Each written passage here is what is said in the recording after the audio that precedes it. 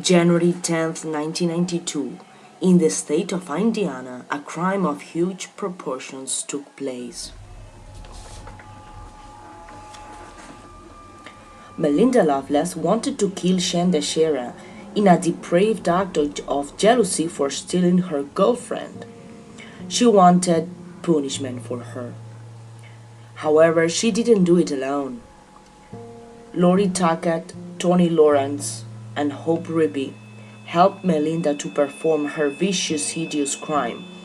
But they were unknown to Shanda. The only one who knew Shanda was Melinda. So the others simply killed an innocent girl without any other reason than the thrill to kill. Hope and Tony knocked on Shanda's door. She was spending the weekend at her dad's home. Her father and mother were divorced. Her dad and his wife were also sitting there, and they could overhear one of the girls saying Shanda's name. So she opened the door, but what she didn't know is that she was opening the door to seek girls who wanted revenge. Her dad could only overhear their conversation a little and tried to ask Shanda what was going on. But unfortunately, Shanda wasn't honest to her dad.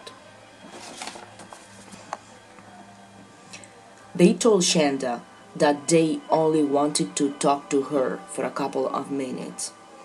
And once they finally lured Shanda into the car, Melinda threatened her, holding a knife against her throat, and Hope, who was driving, took off to a quieter place.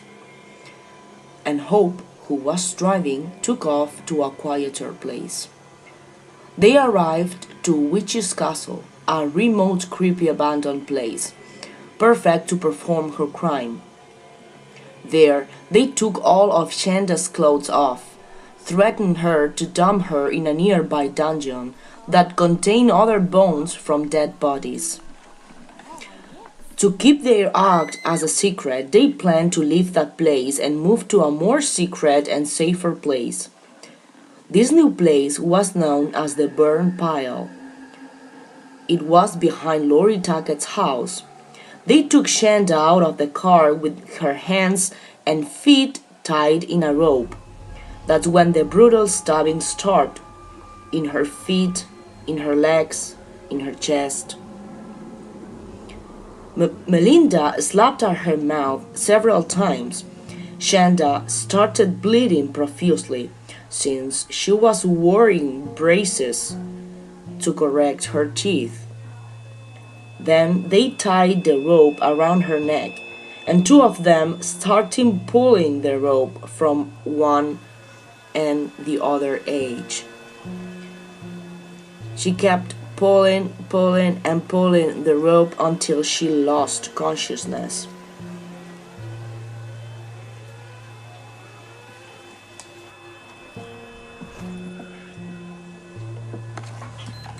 At that time, they thought that she was already dead, but Shanda was clinging to life.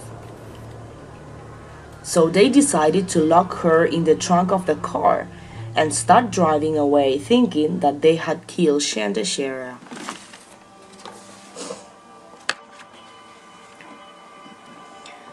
Then they went to Lori's house, and inside her bedroom they talked about the atrocious act they've just carried out. Suddenly, the dog begins to bark. Shanda was still alive in the trunk of the car, trying to get out and making noises. Then Lori said, "I'll take care of this." Then she goes out by herself, takes a tire iron and hits Shanda in the head multiple times so she would not make any more noises. They now were facing a real problem and decided to continue torturing her to finally end with her life. Hope and Tony didn't go with them. Instead, they stood at Tony's house and took a nap. Melinda and Lori left the house ready to kill Shanda Sharer once and for all.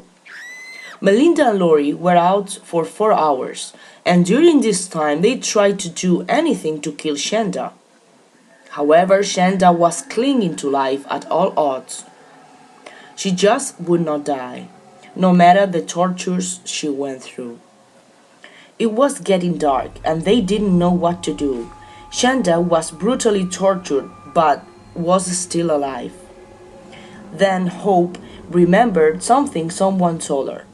If you want to get rid of a body, you need to burn it. That was the thing they needed to finally murder Shanda. They all left to the gas station and filled a bottle of Pepsi with gasoline. While in the gas station, Shanda was in the trunk, still alive, making so much noise that they had to move the car back and forth to avoid the attendant to listen to Shanda's noises.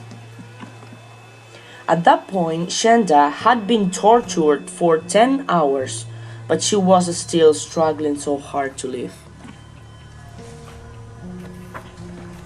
After leaving the gas station, they drove through a gravel road, a sort of a big field surrounded with dense forests.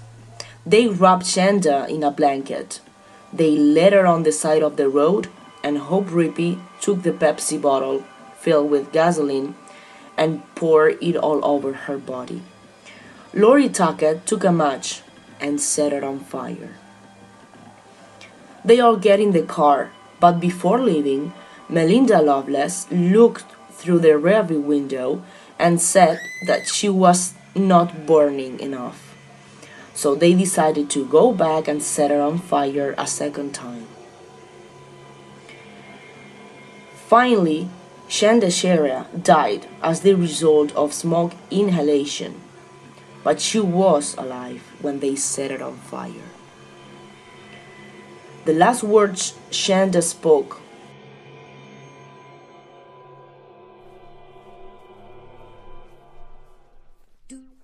Oh, oh, oh, yes.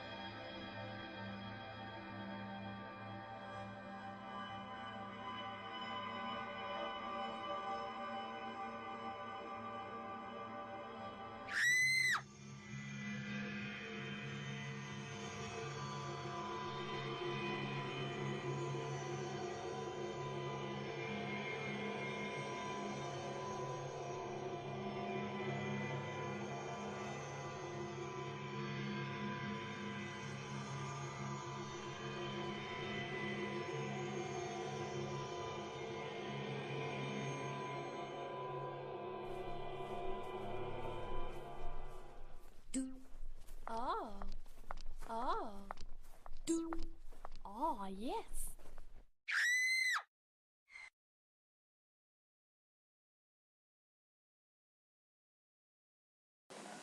where, Mommy.